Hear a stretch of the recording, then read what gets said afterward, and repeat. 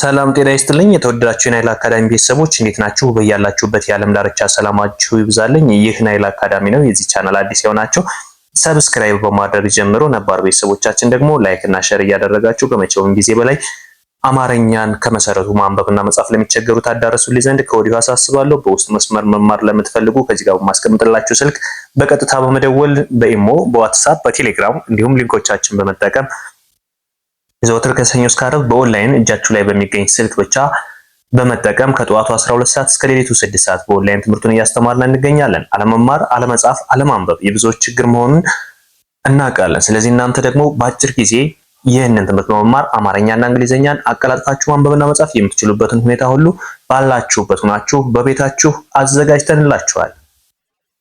ዛሬ ደግሞ ለየት የሚያደርገው መሳሳትን አይፍሩ፣ እየተሳሳቱ ይማራሉ፣ እየተማሩ ይለወጣሉ በሚል ኃይለ ቃል የመነሻው ማድረግ እያንዳንዱን አጫጭር አረፍተ ነገሮችን ማንበብና መጻፍ እንጀምራለን። እነዚህ አጫጭር አረፍተ ነገሮች ብቻ ሳይሆኑ በጣም ወሳኝና ጥልቀት ያላቸው ሚስጥራዊ የሆኑ ጥቅሶች ናቸው። እነዚህን በማንበብና በመጻፍ በማስታወሻ በመያዝ የበለጠ ግልጽ የሆነ የህይወታችሁን ምዕራፍ ትነድፉ ዘንድ ከወዲሁ አሳስባለሁ። ከዚህ በተጨማሪ ዲስክሪፕሽን ላይ የማስቀምጥላችሁ የቻናል ሊንክ አለ። ያ ሊንክ ደግሞ ያስቀምጥኩበት ዋናው ምክንያት ይሄኛው ዋናው ቻናላችን ለሞኔታይዝ እገዳ ስለተጣለበት በአዲስ መልክ ሌላ ቪዲዮ እየሰራን ስለሆነ ሌላ ቻናል ሁለተኛ ቻናል እየሰራው ስለሆነ እሱ ቻናል የዚህኛው ምትክ ይሆን ዘንድ እናንተ ከ1900 በላይ ያላችሁ ሰብስክራይበሮቼ ድጋሜ ያንን ቻናል ሰብስክራይብ እንድታደርጉልኝ ከወዲሁ ከልብ ነው የምጠይቃችሁ። አደራላችሁ ወዳለው ሰብስክራይብ አድርጉልኝ። እናንተም ሰብስክራይብ እያደረጋችሁ ሌሎች አዳርሱልኝና ሌሎችም ሰብስክራይብ እንዲያደርጉ እህት ወንድሞቻችሁን ጋብዙልኝ። ከዚህ በተጨማሪ ያኛው ቻናል አሁን ይሄ የምንማርበት ቻናል ማለት ነው እገዳ ተጥሎበታል። ምናልባት እገዳው ከተነሳ አሰየው እንግዲህ እግዚአብሔር ለኛ ካለው እገዳው ሊነሳ ይችላል። አሊያ ግን በዚህኛው ምትክ ያኛውን እየሰራው ስለሆነ ያ ደግሞ በሁለት ሳምንት ውስጥ ብቻ ከ500 ሰብስክራይበር በላይ ካልሆነ ሞኔታይዝ ሊሆን አይችልም። ስለዚህ በዚች ሁለት ሳምንት ውስጥ እያንዳንዳችሁ ይህን ቪዲዮ የምትመለከቱ እህት ወንድሞቼ ሁሉ አደራላችሁ የምወደው ሁላችሁም ምንም የሚቀነስባችሁ ነገር የለም። በመልካም ትብብር ትናንትና እስከዚህ ይሄን 2000 ምናምን ያደረሳችሁት በእናንተ መልካም ትብብር በእናንተ እርዳታ ስለሆነ አሁንም የእናንተ መልካም ትብብር ስለሚያስፈልገኝ ዲስክሪፕሽን ቦክስ ላይ የመጀመሪያው ሊንክ አለ። ሊንኩን በመጫን ሁላችሁም ሰብስክራይብ ታደርጉልኝ ዘንድ ከወዲሁ አሳስባለሁ። አሁን ቀጥታ ወደ ትምህርቱ ነው የምንሄደው። እዚህ ጋር እንደምታዩት የመጀመሪያው ይሄኛው ምንድነው የሚለው ዝምታ የፈሪዎች መገለጫ ሳይሆን የልበ ሙሉነት ቋንቋ ነው። አብዛኞቻችን ዝም እንላለን፣ ነገር ግን ፍርሃት አይደለም። የልበ ሙሉነት፣ የአስተዋይነት፣ የአርቆ አሳቢነት እና ነገሮችን በጥልቀት የመመልከት ባህሪ እንጂ ይህ የፈሪዎች ባህሪ አይደለም። ማን? ዝምታ። ሁለተኛ ራስን ፈልጎ ማግኘት ለተሟላ ህይወት የመጀመሪያ እርምጃ ነው።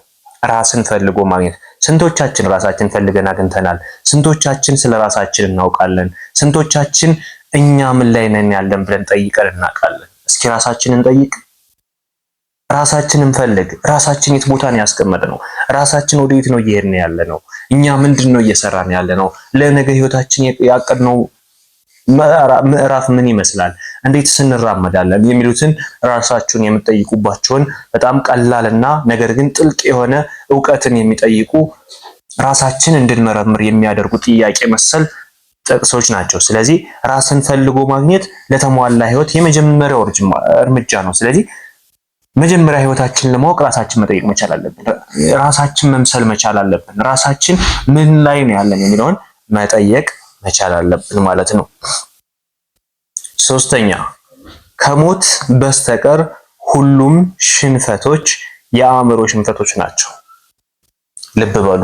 ከሞት በስተቀር ሁሉም ሽንፈቶች የአእምሮ ሽንፈቶች ናቸው። አልችልም ብለን ራሳችን የምናሳምን ከሆነ አንችልም፣ አለቀ። ለማን የነገረው? ለአእምሮአችን። አንችልም ብሎ አእምሮአችን አመነ። እንሰራለን ብለን ካመነ እንሰራለን። እንችላለን ብለን ካመነ እንችላለን። መጋፈጥ የማንችለው የፈጣሪን የእጁ ስራ የሆነውን ሞት ብቻ ነው። ከዛ ውጭ ያለውን ግን ተጋፍጠን ማሸነፍ እንችላለን። ድህነትን ማሸነፍ ይቻላል። ስንፍናን ማሸነፍ ይቻላል። መጥፎ ባህሪን ማሸነፍ ይቻላል። አለመታገስን ማሸነፍ ይቻላል። የመጀመሪያው ስራችን ራሳችን መቆጣጠር መቻል አለብን። በየትኛውም ሁኔታ ራሳችን ማሸነፍ መቻል አለበት። ራሳችን ስናሸንፍ ሁሉን ነገር እናሸንፈዋለን። ስለዚህ ከሞት በስተቀር ሁሉንም ሽንፈቶች የአእምሮ ሽንፈቶች ናቸው። መጀመሪያ ቀድሞ አእምሯችን ከተሸነፈ ምንም አይነት ስራ መስራት አንችልም። ስለዚህ አደራላችሁ ብለው ነገር መጀመሪያ ራሳችሁን ተሸንፋችሁ አታሳዩት። ለሽንፈት ራሳችሁን አትስጡ። ሁሉንም ነገር እችላለሁ የሚል ትልቅ ስንቅ ሊኖራችሁ ይገባል። ትልቅ እቅድ ሊኖራችሁ ይገባል። እንደዛ ከሆናችሁ የማትችሉት የማትደርሱበት ቦታ የለም። ስለዚህ ከሞት በስተቀር ሁሉም ሽንፈቶች የአእምሮ ውጤት ናቸው። ማለት አእምሯችን ላይ የሚፈጠሩ አእምሯችን እንችላለን ወይም አንችልም ብሎ የሚፈጥራቸው ነገሮች እኛ ያመንባቸው ነገሮች ሁሉ የአእምሯችን ውጤቶች ናቸው። እነዚህ ደግሞ አላስፈላጊ ነገሮች ስለሆኑ ከአሁኑ ማቆም መቻል አለብን። መድረስ ያለብህ ቦታ ባትደርስም ትናንት ያለህበት አይደለህምና መራመድህን አታቁም። መድረስ ያለብን ቦታ ላንደርስ እንችላለን። ምናልባት ዘንድሮ ያቀድነው እቅድ ለከርሞ እዚህ ቦታ መድረስ አለብኝ ብለን ስናስብ ሳንደርስ ቀርተን ሊሆን ይችላል። ይሄ የሁላችንም ችግር ነው። ሰው ባቀደው ልክ ላይ ደርስ ይችላል። ነገር ግን ደግሞ ያን እቅድ ለማግኘት ግን አሁንም ያንን ቦታ በስቴፕ እየተጓዝነ እየተከተልን ነው። ለምሳሌ ትናንት እኔ ከዚህ ቦታ እስከዚህ ቦታ መድረስ አለብኝ ብዬ ካሰብኩ ከዛ ቦታ አልደረስኩም። ነገር ግን ያለሁበት ቦታ ለቅቄ ወደዛ ቦታ እየተጓዝኩ ነው። ስለዚህ መጓዝን ማቆም የለብኝም። መቀጠል መቻል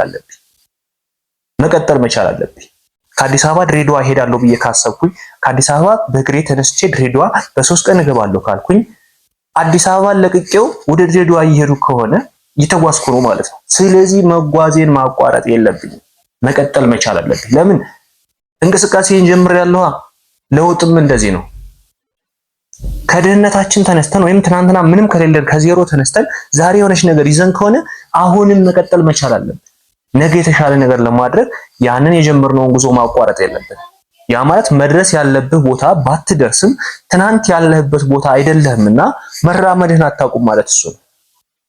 የሆነ ነገር ጀምረናል። ስለዚህ የጀመርነውን ነገር ደግሞ ያን ግቡ ላይ ባናደርሰውም እየተንቀሳቀሰ እስከሆነ ድረስ መንቀሳቀስ እየጀመረ እስከሆነ ድረስ ያንን ነገር ማቋረጥ የለብንም። መቀጠል መቻል አለብን ማለት ነው።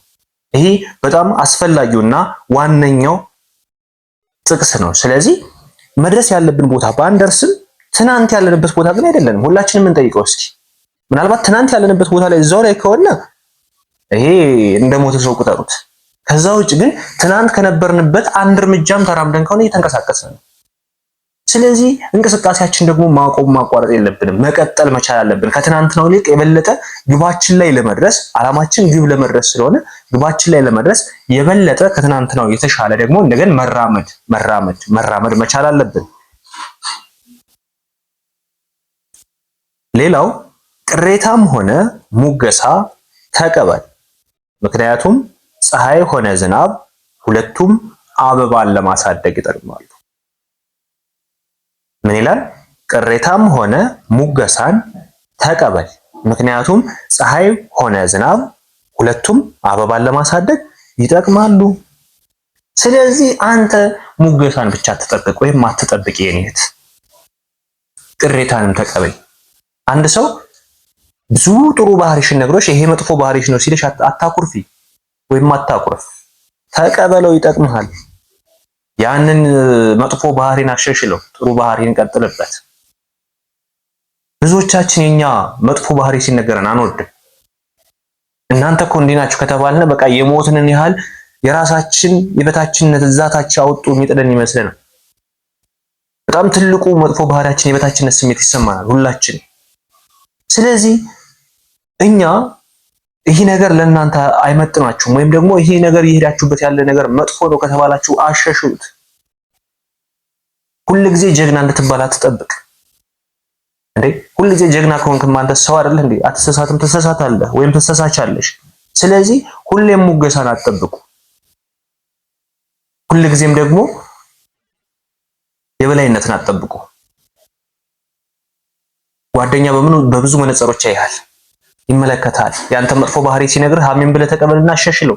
የዛኔ ትልቅ ሰው ትሆናለህ። ለዛም ነው ቅሬታም ሆነ ሙገሳ ተቀበል። ምክንያቱም ፀሐይና ዝናብ ሁለቱም አበባን ለማሳደግ ይጠቅማሉ። ፀሐይ ይደበድበዋል፣ እንደ ውሃ ሆኖ ይጠቅመዋል። ፀሐይ ከላይ ሆኖ ያሳረዋል፣ ሙቀት ሆኖ ይጠቅመዋል። አበባ በሁለቱም ተቃራኒ ኃይሎች ተጠቀመች ወይስ አልተጠቀመች? ተጠቀመች አይደለ? እኛም አንድ ሰው ይህ መጥፎ ባህሪ ነው ሲልህ ማኩረፍ ሳይሆን ወይም ይህ ጥሩ ባህሪ ነው ሲልህ መደሰት ሳይሆን ሁለቱንም በኩል አይን አስኪዳቸው ወይም አስኪዳቸው። ያኔ ይጠቅምሻል እህቴ፣ ያኔ ይጠቅምሃል ወንድም።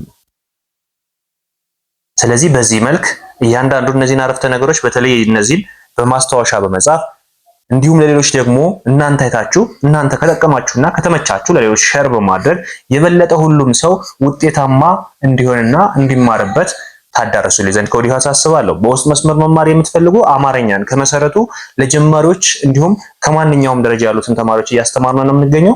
እናንተም መማር የምትፈልጉና ሌሎችም መማር የሚፈልጉ ከሆነ ሼር እያደረጋችሁ ታዳርሱልኝ ዘንድ ከወዲሁ አሳስባለሁ። በውስጥ መስመር መማር ለሚፈልጉ እዚህ ጋር በማስቀምጥላችሁ ስልክ በቀጥታ በመደወል በኢሞ፣ በዋትስአፕ፣ በቴሌግራም እንዲሁም ሊንኮቻችን በመጠቀም ዘወትር ከሰኞ እስከ ዓርብ ከጠዋቱ 12 ሰዓት እስከ ሌሊቱ 6 ሰዓት በኢትዮጵያ እያስተማርን እንገኛለን። ከዚህ በተጨማሪ በቲክቶክ እና በዩቲዩብ ላይ ቅዳሜና እሁድ ከ3 ሰዓት ጀምሮ እያስተማርን እንገኛለን። ቴሌግራም ግሩፕ ጆይን አድርጉ።